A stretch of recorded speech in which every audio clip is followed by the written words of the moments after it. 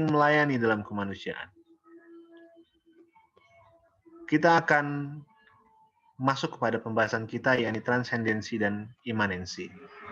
Apa yang membuat manusia percaya dan masih memiliki harapan untuk tetap menjalani hidup di antara derita-derita tak berkepanjangan yang dialami secara komunitas, global, bahkan individual. Setiap kita memiliki ceritanya masing-masing. Ada yang berhadapan dengan masalah tak berkesudahan. Ada yang mengalami situasi-situasi paling kritis dalam hidupnya. Mungkin saat ini dan mungkin telah terlewati. Namun kenapa setiap kita masih memiliki harapan untuk tetap melanjutkan kehidupan? Mungkin pembahasan ini akan menjawab sedikit dari apa yang kita pertanyakan selama ini. Baik, adalah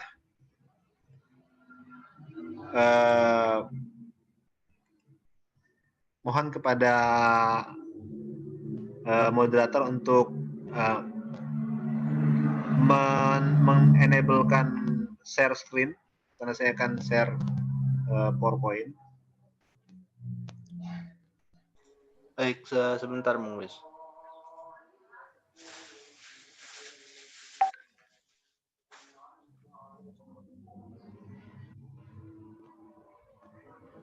Ya, sudah. Tema kita kali ini adalah transendensi dan imanensi. Apa yang dimaksud dengan transendensi dan imanensi? Untuk memahami ini, mungkin kita hanya perlu untuk memahami frase ini secara bahasa, mungkin kita hanya perlu membuka kamus bahasa.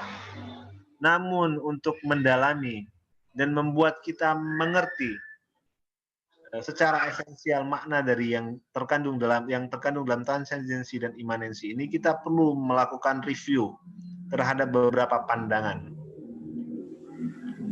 Saya akan memulai dari penjelasan yang memiliki relevansi dengan cerita kita di awal.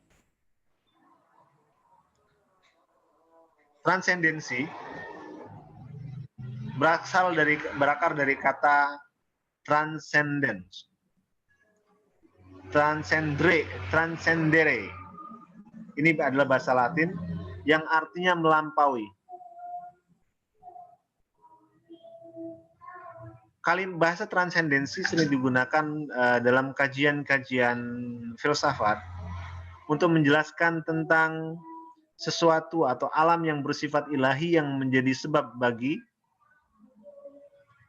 keberadaan alam material ini. Jadi, setiap kita, ini menurut penjelasan filsafat, memiliki tendensi untuk melihat segala sesuatu dalam citra-citra yang ideal, kemudian memberikan subjektivitas kepada objek yang kita anggap sebagai transendental ini, atau objek yang kita anggap sebagai penyebab dari keberadaan alam materi ini. Kita menyebutnya mungkin saja dengan bahasa Tuhan, kita menyebutnya bisa dengan bahasa-bahasa yang beragam sesuai dengan kebudayaan, misalnya dewa, misalnya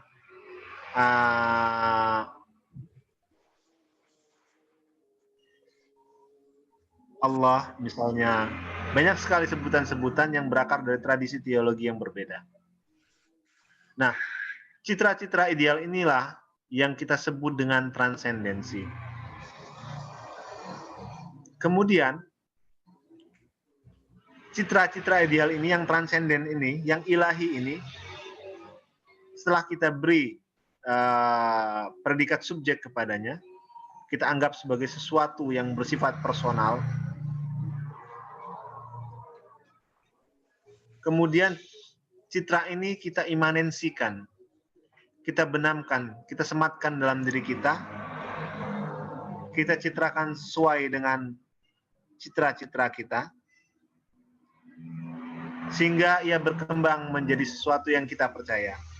Ini yang kita sebut dengan iman. Nah, penjelasan-penjelasan tentang transendensi dan imanensi yang saya jelaskan ini berasal dari penjelasan-penjelasan filsafat yang diadopsi oleh teologi di kemudian hari dan disejajarkan dengan argumen-argumen teologis. Baik, namun kita perlu bertanya, apa dasar saintifik dari adanya pengalaman-pengalaman atau gambaran-gambaran atau keyakinan kita terhadap adanya yang bersifat ilahi tadi, adanya yang bersifat tak terlampaui tadi, yang tak dapat kita jangkau namun ada, dan ia bersifat personal. Yang kita bahasakan dengan bahasa Tuhan atau diri yang agung atau jiwa universal. Nah, dalam sains dijelaskan bahwa akibat evolusi manusia memiliki kombinasi-kombinasi di sistem otaknya.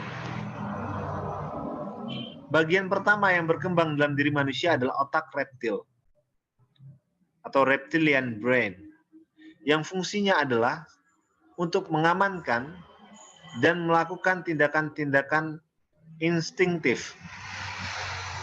Jadi otak reptil ini punya dua tugas, yakni mengagresi atau mengkonsumsi dan melakukan proteksi. Itulah kenapa manusia punya sense of security, punya perasaan ingin mengamankan diri. Kalau ada masalah pengen meminimalisir dampak biasanya kita. Kalau ada yang menyerang kita ingin melindungi diri. Jarang ada di antara kita yang ditabuk nggak ngelawan. Pasti kita punya insting untuk bertarung, untuk melindungi diri kita. Kita juga punya insting untuk mengkonsumsi, untuk makan, untuk minum.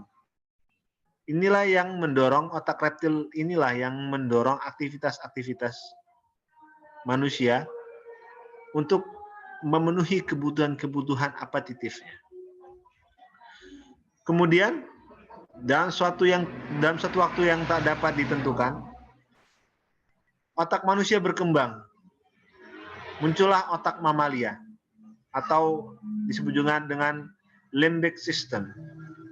Yang di sana muncullah emosi. Kalau kita lihat mamalia, hewan-hewan mamalia ini dia berkomunitas. Dia hidup berkelompok, kemudian dia memiliki ikatan yang kuat dengan keluarganya, dengan induk dan anaknya, antara induk dan anaknya.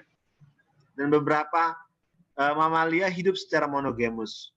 Ini menandakan bahwa kehidupan berkomunitas, untuk hidup berkomunitas ini sudah ada dalam kehidupan mamal, kehidupan hewan mamalia, yang juga bagian otak ini ada pada manusia. Ini dua otak ini tidak membuat perbedaan apapun di antara kita dengan hewan, dengan hewan-hewan reptil ataupun hewan-hewan mamalia. Jika seandainya kita hanya memiliki dua bagian otak ini, ya kita memiliki kesamaan yang sangat identik dengan hewan-hewan mamalia. Namun, dalam perkembangan evolusi selanjutnya, pada waktu yang tidak tentukan by chance tentunya, manusia mengembangkan dalam dirinya bagian yang membuat ia berbeda dengan hewan, yakni bagian otak yang disebut dengan neokorteks. Di dalam sini, di dalam bagian ini, bagian inilah yang menyebabkan munculnya intelijensi dalam diri manusia atau kecerdasan. Pada bagian ini, kita dapat mempertimbangkan banyak hal dan mengingat banyak memori, melakukan estimasi, melakukan perhitungan, pertimbangan, memprediksi, dan melakukan tindakan-tindakan yang melambangkan kecerdasan. Ini adalah bagian dan atau lapisan-lapisan otak kita yang kesemuanya membuat kita dapat disebut dengan nama manusia. Dan by the way, dengan kumpulan otak inilah, dengan kumpulan potensialitas otak inilah, kita dapat mengidentifikasikan diri kita masing-masing.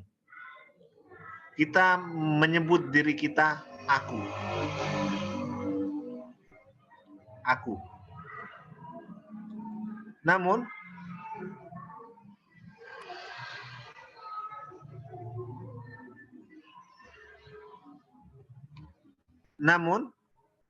kita pun menyadari selain aku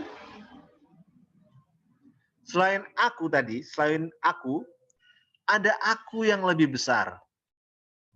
Apakah aku yang lebih besar ini? Aku yang lebih besar ini sering muncul dalam rasa ingin tahu kita terhadap sesuatu yang tidak diketahui. Aku yang besar ini sebenarnya adalah refleksi dari aku yang kecil ini, aku yang sekarang yang aktual ini. Sehingga aku yang besar ini sebenarnya adalah pertanyaan bagi aku yang kecil ini. Singkatnya, aku yang besar adalah aku yang tidak aku ketahui. Apa yang tidak kita ketahui? Banyak hal yang tidak kita ketahui. Kalau kita melakukan regresi ke belakang, kita akan menemukan suatu masa di mana leluhur kita melihat alam semesta ini sebagai sesuatu yang tidak diketahui. Tentunya karena NASA belum terbentuk dan Carl Sagan belum membuat buku yang berjudul Kosmos. Juga belum ada penelitian-penelitian ilmiah, sehingga aku ini memiliki banyak pertanyaan yang belum terjawab. Sehingga aku yang kecil ini mengasosiasikan banyak hal yang tidak terjawab ini. Dari mana alam semesta ini berasal? Apa makna kehidupan? Dan apa tujuan kehidupan? Inilah pertanyaan-pertanyaan aku yang kecil ini, sehingga pertanyaan-pertanyaan yang besar ini menjadi aku yang besar. Sampai di sini, aku yang kecil memberikan predikat subjek kepada aku yang besar. Aku yang belum mengetahui ini, melihat sesuatu yang tidak diketahui ini begitu besar dan tak terlampaui. Sehingga aku ini memberikan subjektivitas pada aku, memberikan karakter padanya. Apakah yang disebut dengan subjektifikasi? yakni subjektivitas pada aku, yaitu aku ini menempatkan objek yang tak terjelaskan tersebut sebagai subjek. Proses subjektifikasi ini memunculkan peran dan karakter yang komponennya, seperti emosi, kreativitas, dan kecerdasan, diambil dari komponen yang ada pada neokorteks. Jadi di neokorteks ini ada banyak pertimbangan, ada banyak pertanyaan yang perlu ia jawab, sehingga pertanyaan yang belum terjawab ini diberikan predikat kepadanya. Sesuai dengan apa? Sesuai karakter yang ada pada neokorteks ini. Apa karakternya? Kecerdasan. Kita menyebut aku yang besar ini sang maha cerdas. Emosi. Kita sebut aku yang besar ini sebagai yang maha pencemburu. Aku yang kreatif. Kita sebut dalam neokorteks ini ada kreativitas. Sehingga aku yang kecil ini menyebut aku yang besar ini, yakni pertanyaan yang tidak terjawab ini, sebagai yang maha menciptakan. Muncullah sebuah momen yang kita sebut dengan momen transendensi tadi pada diri manusia, yang berakar dari mana? Yang berakar dari emergence atau kombinasi respon otak terhadap realitas. By the way, kita tidak mengetahui segala sesuatu di alam semesta ini secara rinci. Dan banyak pertanyaan yang belum dijawab, bahkan ribuan tahun ke belakang. Kita masih belum menjawab tentang dari mana alam semesta ini berasal. Kemudian kemana alam semesta ini akan berjalan? Dan untuk apa? Adapun jawaban-jawaban yang kita terima adalah jawaban yang berakar dari tradisi-tradisi teologi yang menyatakan bahwa ada sebuah kejadian penciptaan yang mendasari alam semesta. Tapi karakter neokorteks, karakter intelijensi adalah tidak mempercayai apapun kecuali ia dapat terbuktikan secara rasional. Sehingga realitas ilahi ini pun masih menjadi pertanyaan bagi manusia, sehingga si subjek aku tadi memberikan predikat kepada aku yang besar ini sebagai sesuatu yang transenden atau sesuatu yang tak terlampaui atau sesuatu yang bersifat ilahi. Inilah penjelasan awal di mana kenapa manusia bisa mempercayai sesuatu yang bersifat transenden tadi, yang bersifat ilahi tadi sebagai sumber dari sumber segala sesuatu.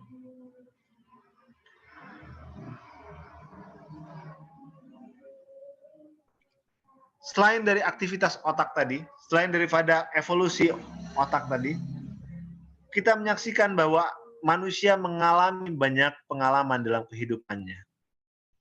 Mulai dari the emergence of experience, dimulai dari munculnya pengalaman atau peristiwa yang dialami setiap manusia, setiap individu kita. Dan pengalaman-pengalaman ini tentunya bukan satu pengalaman.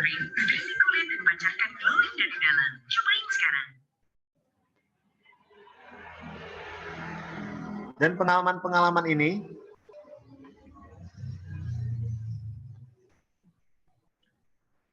Dan pengalaman-pengalaman ini tentu bukan sebuah pengalaman yang bersifat tunggal. Pengalaman ini adalah pengalaman yang bersifat jamak. Ada pengalaman yang telah kita alami beberapa bulan lalu. Ada pengalaman yang telah kita alami 2 hari lalu. Ada pengalaman yang baru saja kita alami. Ini ada ilustrasi beberapa orang yang mirip dari belakang sampai depan. Kalau kita menyaksikan secara detail, kita menyaksikan bahwa ada beberapa orang yang sama dari belakang sampai depan. Ini mewakili pengalaman-pengalaman kita. Seandainya kita melihat pada diri kita, kita menyaksikan bahwa kita mengalami peristiwa-peristiwa yang beruntun dan itu berbeda. Sebulan lalu kita mengalami hal demikian. Kemudian di hari selanjutnya kita mengalami hal demikian. Kemudian berlanjut sampai pada pengalaman yang kita alami pada saat ini. Sehingga kita menyaksikan sebenarnya kita melewati beberapa kondisi atau keadaan yang berbeda dan pengalaman yang berbeda, sehingga kadang kita mengidentifikasikan bahwa aku yang dulu bukanlah aku yang sekarang. Kenapa? Karena pengalamannya berbeda dan intensionalitasnya berbeda. Namun, kita pun menyadari bahwa sekalipun aku yang dulu dan aku yang sekarang adalah berbeda, namun aku yang dulu dan aku yang sekarang punya hubungan yang sangat kuat, sehingga aku yang dulu dan aku yang sekarang ini tidak dapat dipisahkan.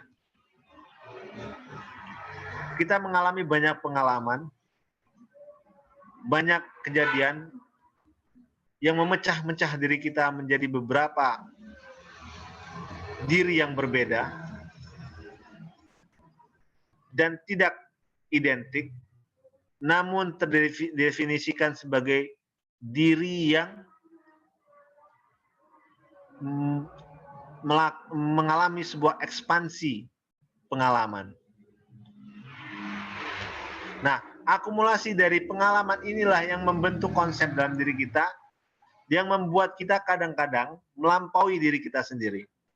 Ketika kita melihat masa lalu kita meninggalkan meninggalkan diri kita yang sekarang. Namun pada waktu yang sama kita terhubung dengan diri kita yang sekarang. Seandainya salah satu kita sedang melamun membayangkan masa lalunya, dia sebenarnya berangkat ke masa lalunya dan meninggalkan dirinya yang sekarang. Tapi dirinya yang sekarang itu tetap memiliki kenyataan atau memiliki realitas.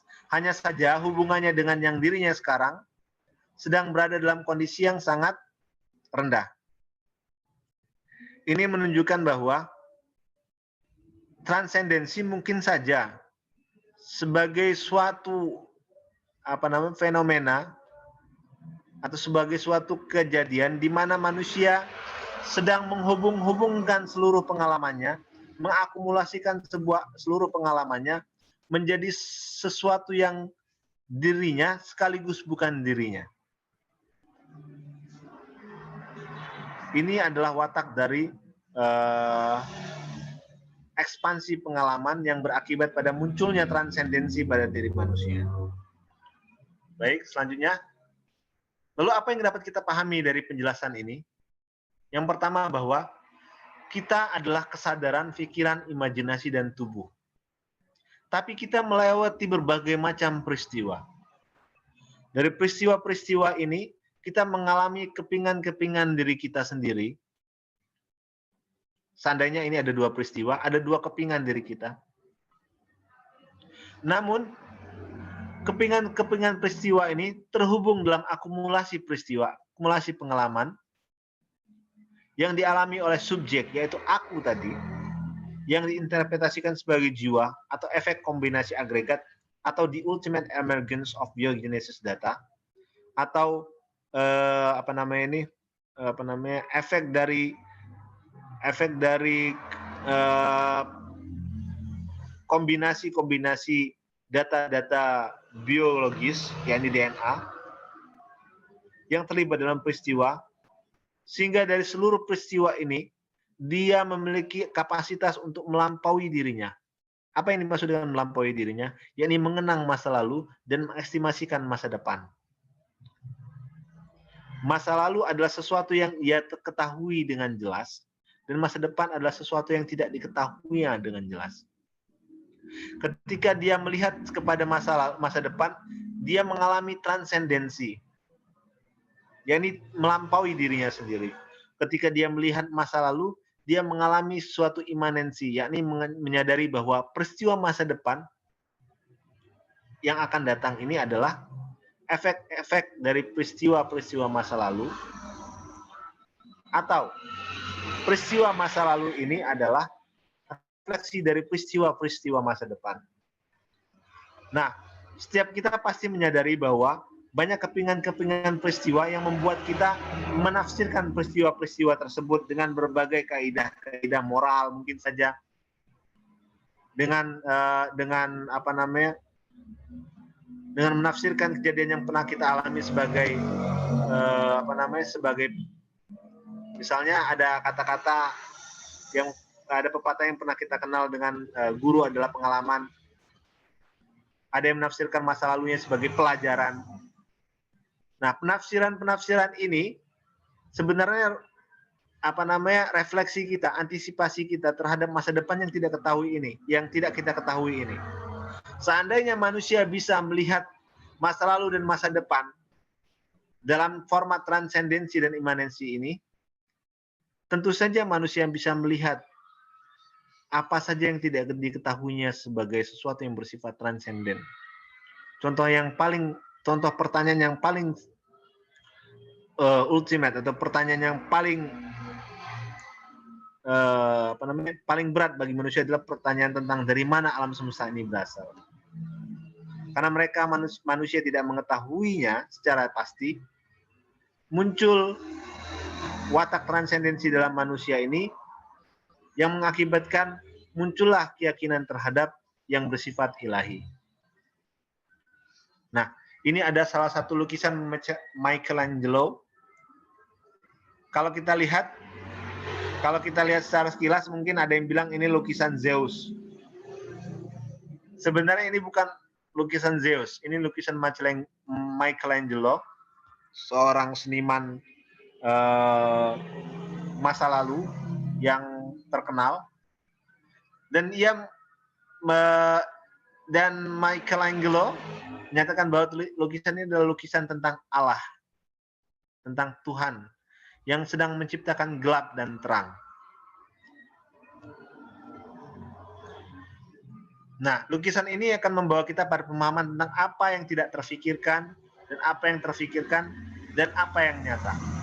Yang tidak terfikirkan inilah yang disebut dengan transendensi, yang bersifat transenden. Yang terfikirkan inilah yang kita sebut dengan yang bersifat imanen, dan yang nyata inilah yang kita sebut dengan transendensi imanensi. Namun, sekali lagi, namun kita perlu mengekspand, meluaskan cara pandang kita tentang apa yang tidak terfikirkan, dan apa yang tidak terfikirkan, dan apa yang nyata ini, bukan hanya dalam format yang bersifat teologis, karena itu sangat tertutup.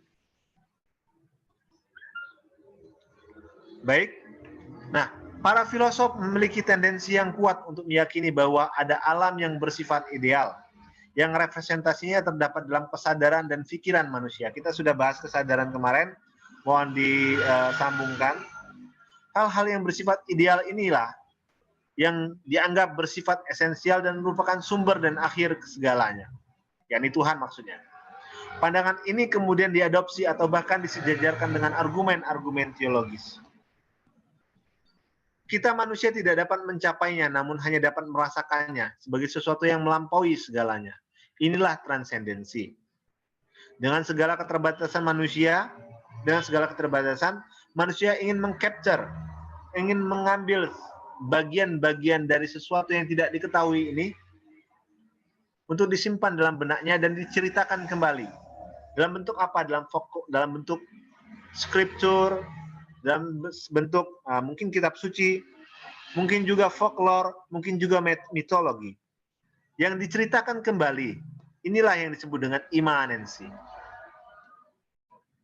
Nah, untuk apa kita mempelajari ini? Agar kita dapat melampaui konsep kita, cara pandang kita terhadap apa yang ada dan apa yang tiada. Karena pandangan tentang ada dan tiada ini adalah pandangan yang merefleksikan keterbatasan kita. Agar kita bisa melampaui keterbatasan kita, kita harus melampaui konsep tentang yang tiada dan ada ini. Nah, apa efek selain itu? Efek selain dari pelampauan terhadap apa yang ada dan tiada ini, kita dapat memahami bahwa life is not simple like that. Hidup tidak sesimpel apa yang kita pikirkan. Hidup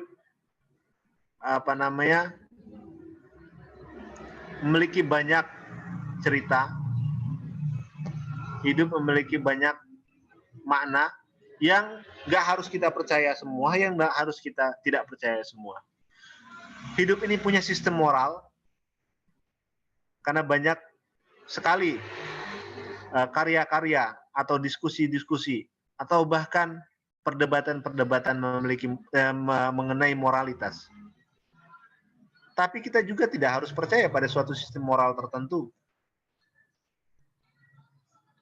Hidup ini diisi oleh common sense, oleh pandangan masyarakat, oleh cara pandang masyarakat yang secara nggak langsung kita adopsi dalam kehidupan kita. Contoh, dari dulu kita diajarin untuk ada pernyataan dari dari masyarakat kita, atau ada kutipan-kutipan dari masyarakat kita tentang bahwa setiap kita harus memahami orang lain. Dan sebagian kita percaya dengan konsep ini, bahwa hidup harus memahami orang lain. Tapi kita juga sebenarnya tidak harus percaya. Kenapa? Karena ada juga sistem moral yang menyatakan bahwa untuk memahami orang lain, kita perlu memahami diri kita sendiri terlebih dahulu. Ada sistem moral yang menyatakan bahwa egoisme itu buruk. Ada juga sistem moral yang menyatakan bahwa egoisme itu baik. Jadi intinya adalah, dengan mempelajari transendensi dan imanensi ini, kita bisa percaya bahwa dalam kehidupan ini, setiap individu memiliki kemerdekaan untuk menafsirkan kehidupannya. Ia bisa mengalami pengalaman-pengalaman transenden, yang meyakini adanya kehidupan yang lebih ideal, adanya alam yang lebih ideal, yang mungkin disebut dengan alam ketuhanan, atau yang ilahi, atau ada bahwa alam ini ada yang menciptakan, ya boleh-boleh saja. Tapi refleksi dari pengalaman transendensi tidak mesti itu. Bisa saja kita memahami bahwa transendensi adalah akibat akumulasi pengalaman yang kita tafsirkan demikian dan demikian, sehingga memunculkan konsep tentang bahwa ada aku yang agung, ada aku yang lebih tinggi. yakni apa? Yakni pertanyaan-pertanyaan yang tidak dapat kita capai, yang tidak dapat kita jawab. Sehingga kita menyadari bahwa tidak semua pertanyaan memiliki kepastian jawaban.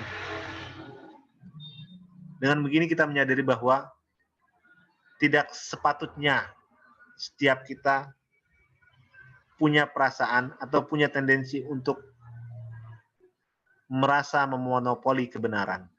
Merasa bahwa agamanya yang paling benar. Merasa bahwa prinsip hidupnya yang paling benar. Merasa bahwa cara pandang yang paling benar. Orang-orang yang memiliki pandangan bahwa dirinya yang paling benar adalah orang-orang yang gagal untuk melampaui dirinya. Gagal melampaui apa yang ada dan apa yang tiada. Gagal melampaui.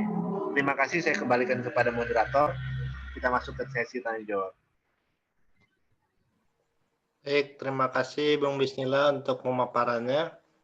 Teman-teman sekalian, apabila ingin berinteraksi, berdialog, memaparkan pendapat atau pertanyaan, dipersilakan. Bisa lewat kolom chat atau bisa juga langsung dengan membuka mikrofonnya.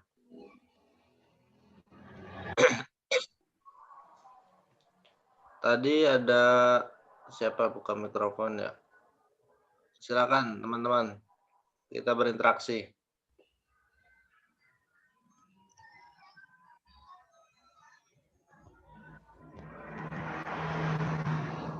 Silakan kalau ada pertanyaan. Atau agak berat ini kajiannya. Baru mungkin ini, kalau saya baru dapatnya.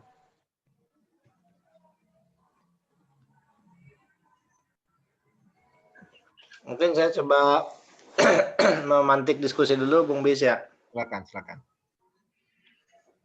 Jadi ternyata dalam telah ini transendensi, bagaimana kita mengenal yang tak terfikirkan itu sebagai sesuatu yang ideal, itu berawal mula dari subjektifikasi diri kita sendiri, yaitu bagaimana kita mengkategorikan seluruh pengalaman kita ini, kemudian muncullah si aku kecil itu kan, begitu. Ya, benar. Nah, tapi seandainya misalkan tidak ada, sejak kecil kita tidak diajarkan oleh orang tua kita atau lingkungan kita mengenai Tuhan di sekolah, oleh ustadz, oleh guru agama gitu kan, oleh pendeta, mungkinkah seorang anak manusia tanpa tutur ajaran tentang Tuhan itu kemudian memikirkannya gitu. Jadi tanpa eksternal doktrin ajaran, kemudian otaknya itu bisa mencerna ada subjek aku besar itu gitu. Baik. Ini saya tidak berpendapat bahwa Tuhan itu ada atau Tuhan itu tidak ada ya. Yang ingin saya sampaikan adalah bahwa dengan cara seperti tadi, dengan subjektifikasi tadi, setiap kita memiliki tendensi untuk memberikan nama atau identitas terhadap apa yang tidak dapat kita jawab ini tadi. Nah, otoritas keagamaan memberikan kita solusi untuk memberikan identifikasi kepada apa yang tidak kita jawab tadi sebagai Tuhan, sebagai yang ilahi, sebagai sebagai yang bersifat transenden. Melalui apa? Melalui doktrin-doktrin, melalui kitab suci dan sebagainya. Namun kita perlu memahami bahwa Transendensi ini pun membentuk ikatan dalam manusia. Kenapa? Karena kita memberikan nama yang sama terhadap identifikasi kita. Kita setuju dengan sebuah konsep yang itu dibuktikan, yang tentunya belum tentu dapat dibuktikan, ya enggak? Dengan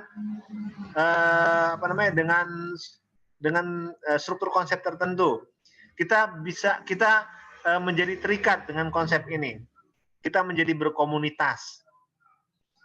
Yang ini memunculkan fenomena agama sebenarnya. Kenapa? Karena sistem limbik kita aktif. Kita ingin berkomunitas. Kalau Mas Andre hobi bola, pasti cari kawan yang suka bola. Kalau ada yang hobi cupang, pasti cari kawan yang hobi cupang. Kita ingin terikat dengan satu ikatan.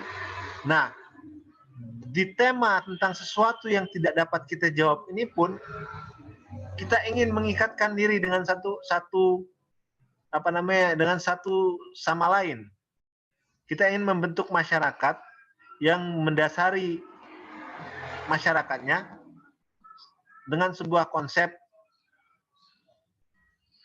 terhadap sesuatu yang tidak terjawab ini tadi. Nah, sesuatu yang tidak terjawab ini diidentifikasikan atau disubjektifikasikan sebagai sesuatu yang ilahi, yang mereveal atau yang menyingkapkan dirinya melalui teks-teks, melalui melalui wahyu, melalui doktrin-doktrin, melalui mungkin di apostol, orang-orang yang mengabarkan bahwa dirinya telah bertemu Tuhan dan sebagainya. Nah, apakah anak-anak atau orang yang belum pernah bersinggungan dengan komunitas-komunitas keagamaan atau komunitas-komunitas yang punya budaya tentang agama, bisa-bisa saja berpikir bahwa ada Tuhan? Dalam studi kebudayaan banyak sekali mitologi-mitologi yang terkenal tentang pencipta dari semua lintas kebudayaan. Namun kita juga menemukan bahwa tidak harus refleksinya percaya pada Tuhan. Orang-orang di Indian hanya percaya bahwa di orang-orang Native Amerika, orang-orang suku Apache, suku-suku Indian di Amerika Serikat pada saat ini, dulu mereka percaya bahwa ada sesuatu yang bersifat luhur, yang merefleksikan dirinya sebagai alam semesta. Kalau pernah dengar doa nanti saya akan share di grup doa Indian suku Syok namanya.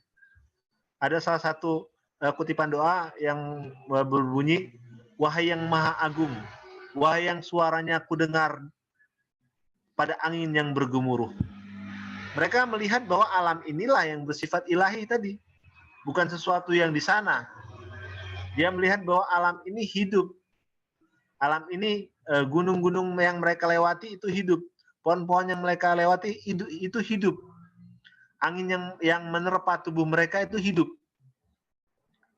Walaupun mereka tidak bisa menyaksikan wujudnya yang bersifat spiritual, tapi mereka meyakini bahwa alam ini suci.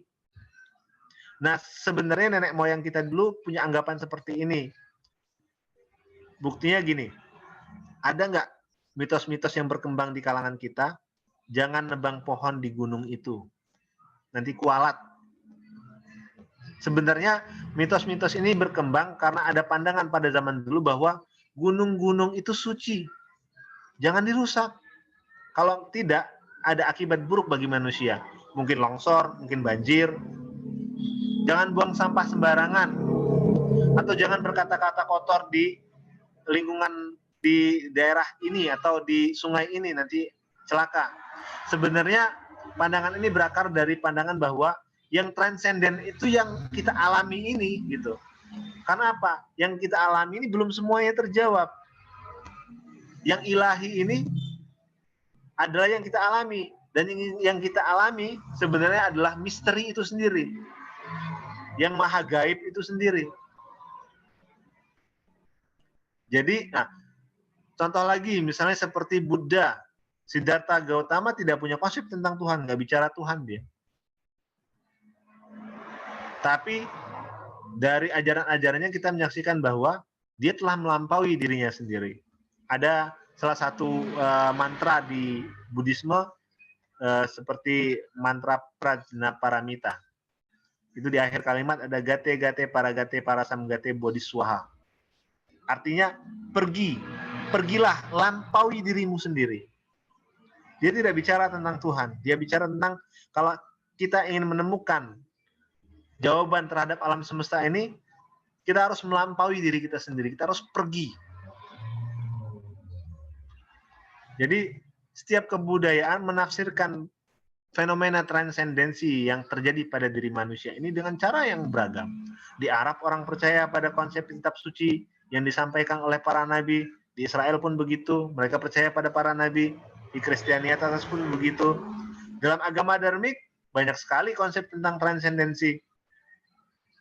Dalam keyakinan Jaina tidak ada Tuhan. Yang ada adalah kenyataan ini sendiri.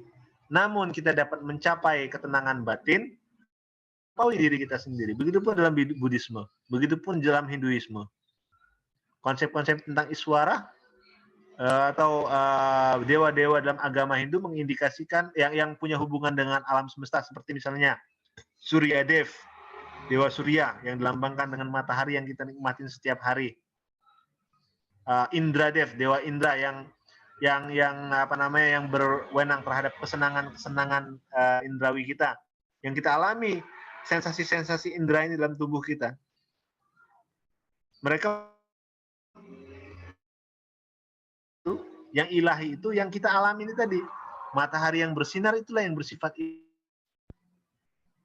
bulan purnama yang benderang itulah yang bersifat ilahi.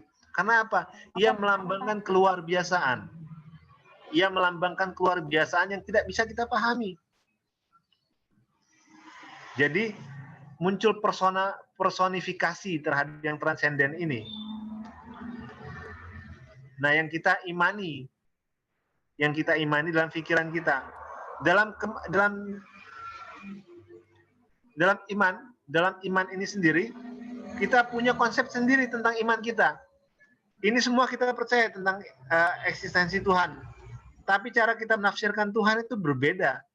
Tergantung suasana batin kita. Yang sedang merasa berdosa sekarang ini, melihat Tuhan tuh mungkin Tuhan sedang mengutuk saya. Sehingga Tuhan identitasnya berubah pada diri yang individual ini. Lihat Tuhan maha mengutuk. Karena kebetulan dia lagi melakukan dosa.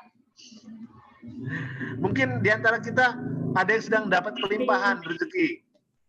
Ada yang dapat rezeki luar biasa. Ya enggak? Sehingga kita lihat, sepertinya Tuhan lagi sayang dengan saya.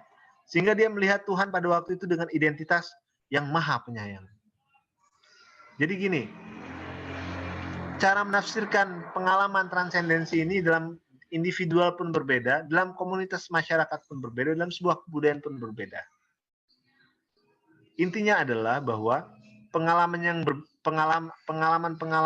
transendensi ini mengindikasikan ekspresi dari pengalaman transendensi ini mengindikasikan bahwa manusia itu sangat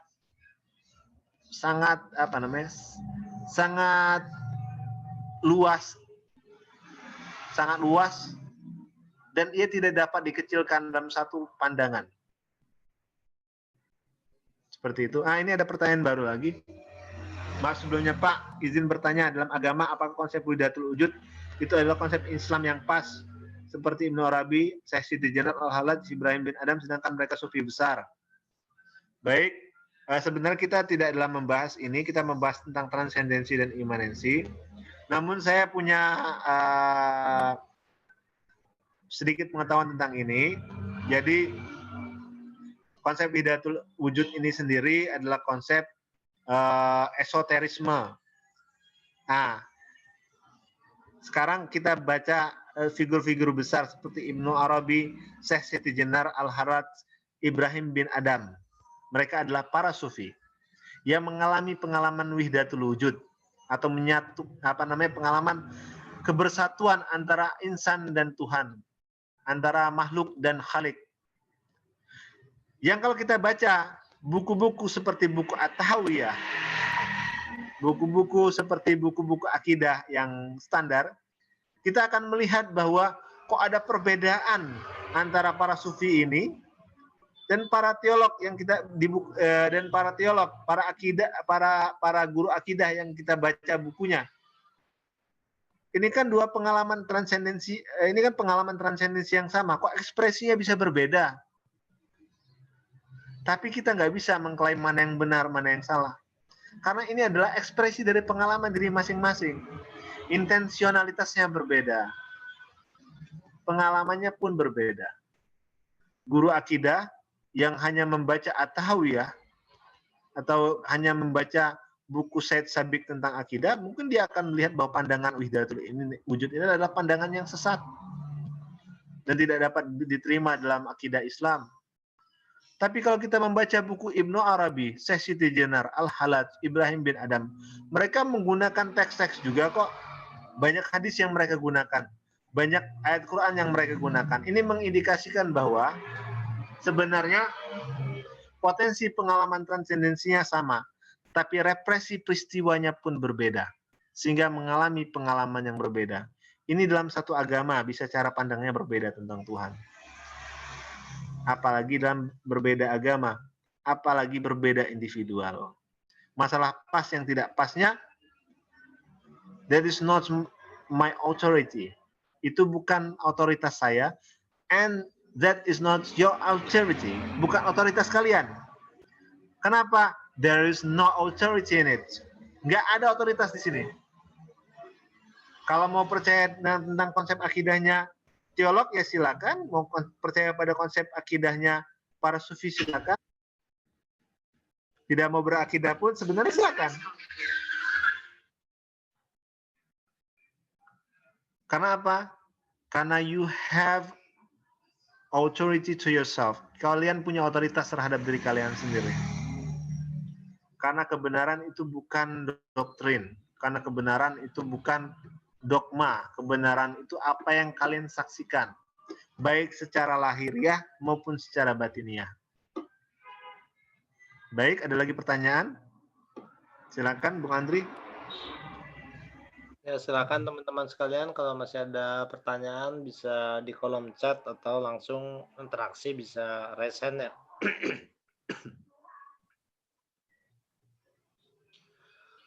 Jadi di sini saya mulai, kan misalkan ada orang bertanya bagaimana bisa merasakan atau memungkinkan orang mengalami pengalaman terkait dengan Tuhan gitu kan.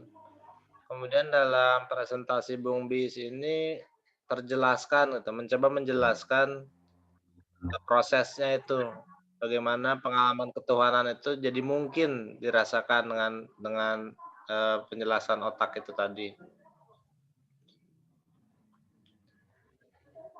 Nah, ketika orang mulai ingin bertanya, lalu apakah pengalaman itu benar atau tidak? Tadi kan tidak ada otoritas, itu tergantung pengalaman kita, apa yang kita saksikan begitu. Nah, tapi yang kemudian jadi pertanyaan filosofisnya, mungkin dari sisi filsafat itu, kalau itu tidak benar, lalu yang kita alami itu apa? Apakah itu pengalaman itu, kita apa ya? Kok bisanya manusia itu mengalami sesuatu yang bersifat halusinatif gitu? Baik. Bukan, ya begitu. Gimana tuh, Bung? Baik. Makanya ada gap antara apa yang disaksikan oleh orang banyak dan apa yang kita saksikan secara individual. Ada gap. Selalu ada jarak. Misalnya ada kecelakaan di depan rumah kita. Banyak orang berkumpul untuk menyaksikan. Kecelakaannya sama, yaitu satu kejadian, tapi ketika orang berkumpul, pengalamannya pun berbeda. Ada yang datang untuk menyaksikan. Ya enggak? Tujuannya apa? Untuk dapat video. Ada yang datang untuk menyaksikan karena dia obsesif terhadap kengerian. Ada yang datang untuk menyelamatkan karena ia punya pengalaman ingin punya pengalaman menyelamatkan orang. Ada yang melihat ada yang datang memang untuk menyelesaikan masalah tabrakan ini. Misalnya Pak Polisi, dia datang, konsepnya pun berbeda-beda ketika menyaksikan kecelakaan.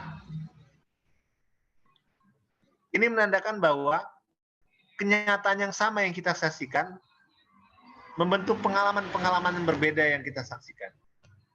Nah, contoh tadi seperti orang yang terkena epilepsi dan melihat Tuhan.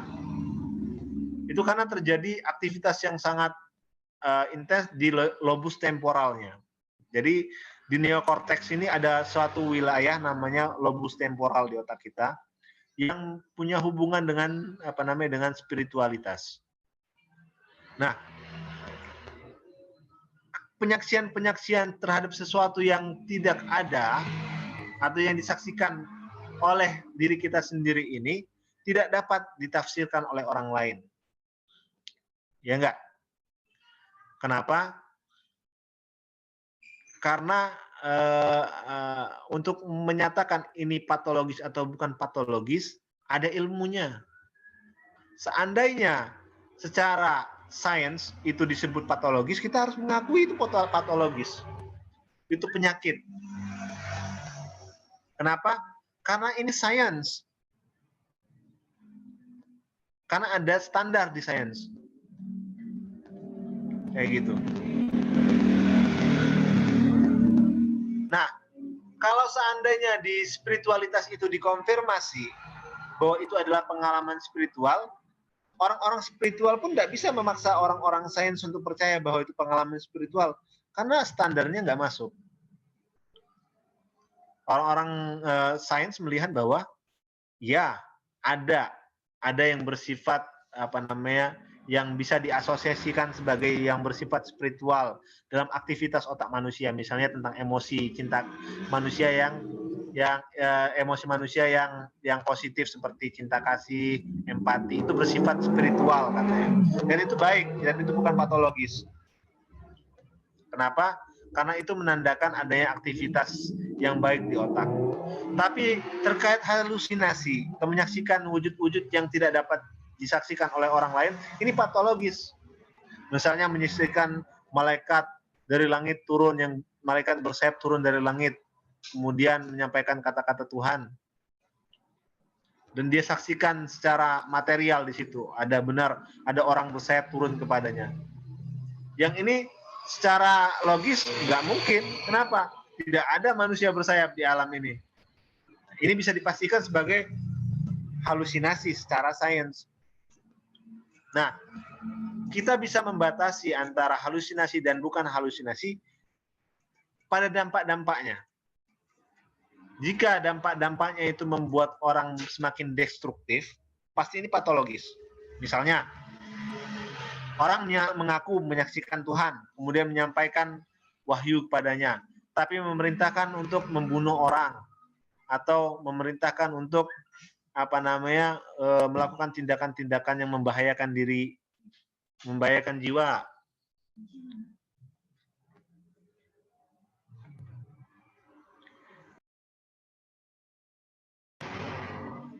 Membahayakan jiwa. Ini patologis, jadi tidak bisa kita pungkiri bahwa memang sebagian pengalaman spiritual itu tidak real.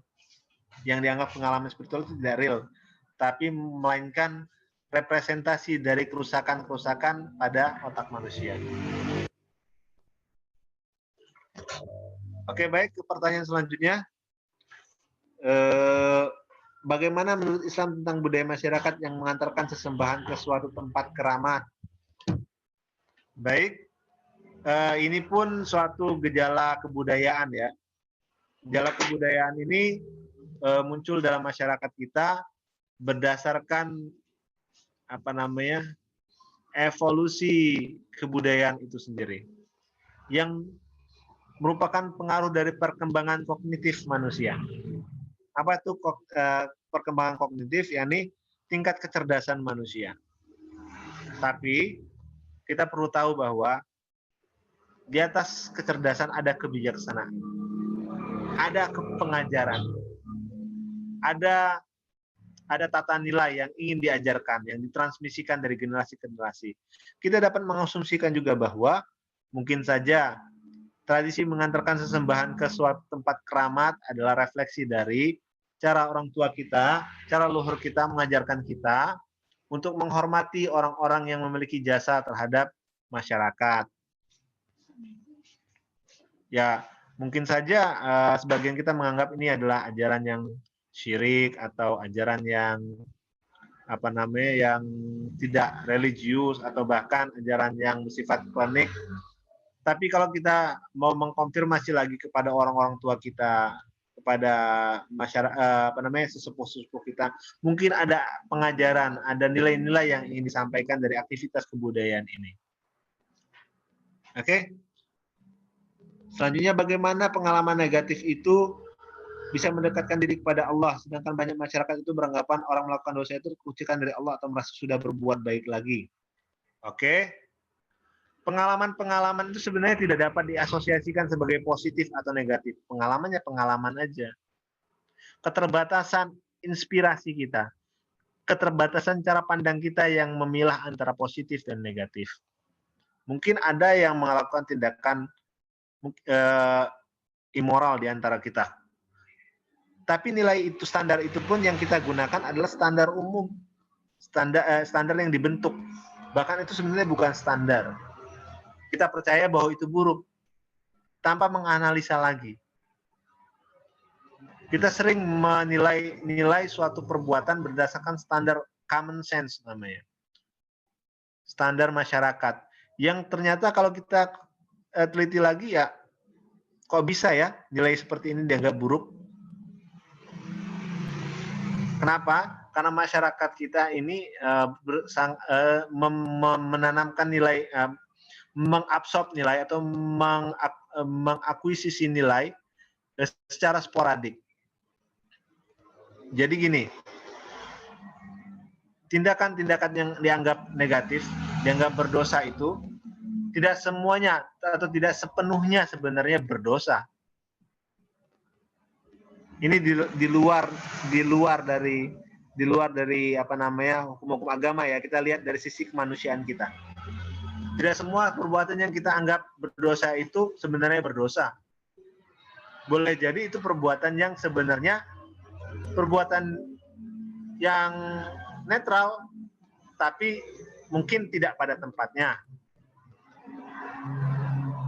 Nah, kita melihat diri kita sebagai seorang yang berdosa atau bersalah, itu karena konsep yang sudah tertanam dalam diri kita tentang beberapa bentuk perbuatan yang dianggap berdosa. Kita punya listing, kita punya list tentang ini salah, ini salah, ini salah. Pada suatu kesempatan tertentu, kita melakukan perbuatan yang ada di list itu sehingga kita melihat bahwa diri kita berdosa.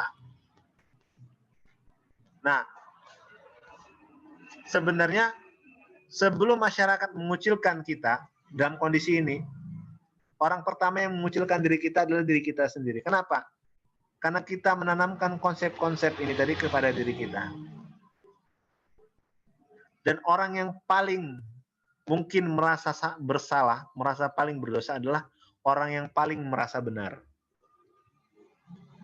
Ketika dia melakukan kesalahan, dia akan melihat dirinya sangat berdosa.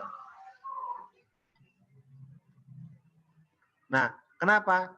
Karena orang yang paling merasa benar ini punya konsep-konsep yang dianggapnya baku, nggak bisa ditawar lagi. Udah benar. Sehingga ketika dia terpaksa melanggar itu, dia pun merasa terdegradasi dirinya. Nah, ketika dia merasa terdegradasi, dia ingin membayar kesalahannya. Sehingga kadang-kadang cara membayarnya pun melampaui batas. Contoh, ini disampaikan oleh seorang ahli juga. Nanti saya akan cari sumbernya, saya akan share ke kalian. Para jihadis ini sebenarnya sebagian dari mereka ini sebenarnya para narapidana, para penjahat kelas kakap atau orang-orang hedon yang kemudian bertaubat katanya, mendekati agama, kemudian ingin menebus dosanya. Kita tahu bahwa eksekutor ISIS pada tahun lalu itu seorang rapper dari Amerika yang kehidupan awalnya itu dipenuhi dengan kehidupan yang hedonis. Ketika dia masuk Islam, dia punya perasaan yang kuat untuk membayar dosa-dosanya. Dengan apa? Dengan aktivitas jihad. Karena apa? Karena dalam agama disebutkan bahwa jihad atau mati syahid itu adalah jalan pintas menuju surga. Dia ingin jalan pintas agar semua dosa-dosanya dapat terkubur, dapat hilang. Nah, ini kenapa? Karena dia punya konsep yang punya konsep yang dibakukannya dalam pikirannya sehingga mempengaruhi kepribadiannya. Itu saja. Ada lagi? Silakan kalau ada pertanyaan.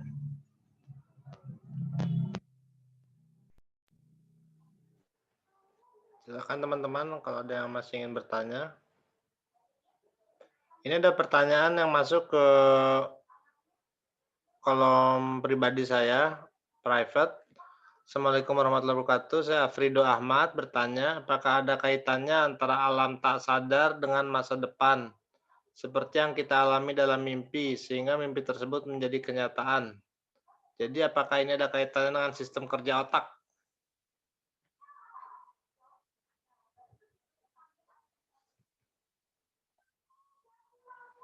Bagaimana Bung Bis? Gimana, diulangi pertanyaannya? Apakah ada kaitannya antara alam tak sadar dengan masa depan seperti yang kita alami dalam mimpi, sehingga mimpi tersebut menjadi kenyataan? Apakah ini ada kaitannya dengan sistem kerja otak? Sebentar ya, sebentar. Maaf.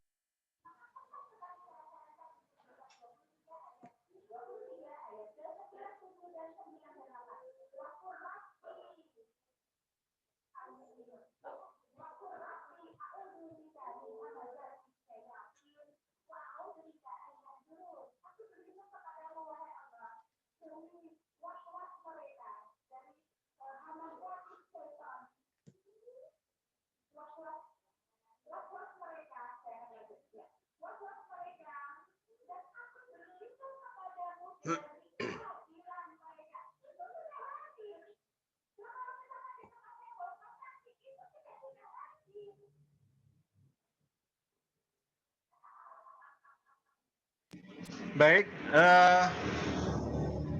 ada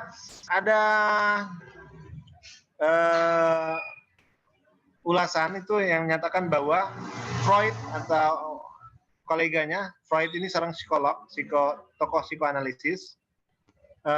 Kalau tidak salah Freud atau koleganya sering melakukan terapi pada pasien di rumah sakit jiwa yang mengalami masalah pada kejiwaannya dengan mewawancarai pasien tentang apa yang dialaminya ketika tidur atau apa mimpinya malam tadi. Dengan begitu si psikolog ini dapat menganalisis progres atau tingkat keberhasilan, tingkat kemajuan kesehatan jiwa pasiennya. Ini adalah salah satu hubungan antara mimpi dengan kehidupan nyata. Tapi apakah mimpi itu berpengaruh terhadap masa depan? Saya lihat mungkin secara berpengaruh tapi tidak secara langsung. Kenapa? Karena sebenarnya mimpi itu adalah memori-memori yang tidak terpakai, yang terpendam, kemudian mengaktualisasikan dirinya ketika kita dalam relaksasi yang full. Akibatnya muncul gambaran-gambaran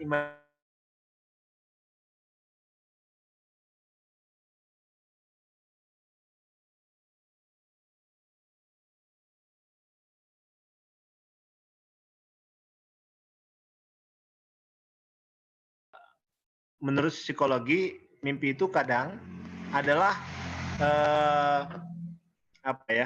pengetahuan alam bawah sadar kita yang naik ke ke mental kita ketika mengalami mimpi. Nah, kadang-kadang alam bawah sadar kita ini mempengaruhi alam sadar kita. Nah, sehingga mungkin kalau kita menjalani kehidupan sehari-hari dan alam bawah sadar kita ini mempengaruhi cara pandang kita, membuat kita mengambil beberapa keputusan yang berakibat pada konsekuensi-konsekuensi tertentu. Mungkin itu saja jawabannya. Baik, Mas Andri.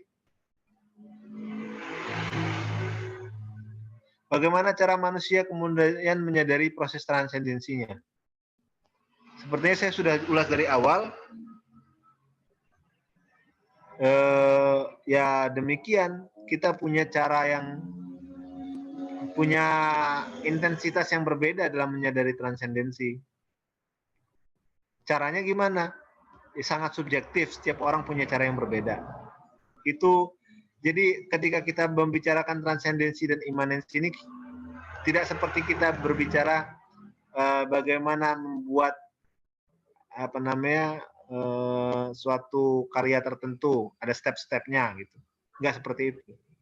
Ini sangat halus sehingga bentuknya sangat pribadi. Ada lagi silakan.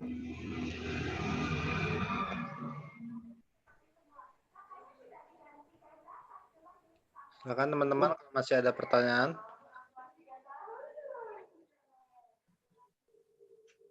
Atau dicukupkan Mbak Sandri, sudah banyak pertanyaannya, atau ada yang menyanggah? Mungkin kata penutup saja Bung Wis, kita cukupkan saja, sudah hampir jam 5 ini. Baik, closing statement dari saya adalah bahwa manusia itu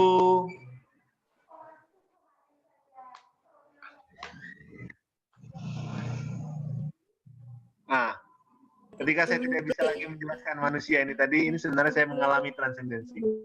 Manusia itu ya luar biasa, tak terbatas, segala macam yang bisa kita disebutkan kepada sesuatu yang sebenarnya tidak bisa kita jawab. Manusia itu adalah misteri yang sedang mencari jawaban. Itu aja intinya. Dan transendensi adalah salah satu cara manusia untuk menjawab tentang dirinya. Walaupun transendensi itu adalah cara kita menjawab sesuatu yang tidak terjawab dengan jawaban yang tidak memuaskan. Terima kasih. Assalamualaikum warahmatullahi wabarakatuh. Warahmatullahi wabarakatuh. Baik, terima kasih teman-teman sekalian sudah berpartisipasi dalam acara kita kali ini. Semoga bermanfaat. Sampai jumpa di pekan depan hari Minggu jam 15 waktu Indonesia Barat. Selamat sore dan selamat beraktivitas.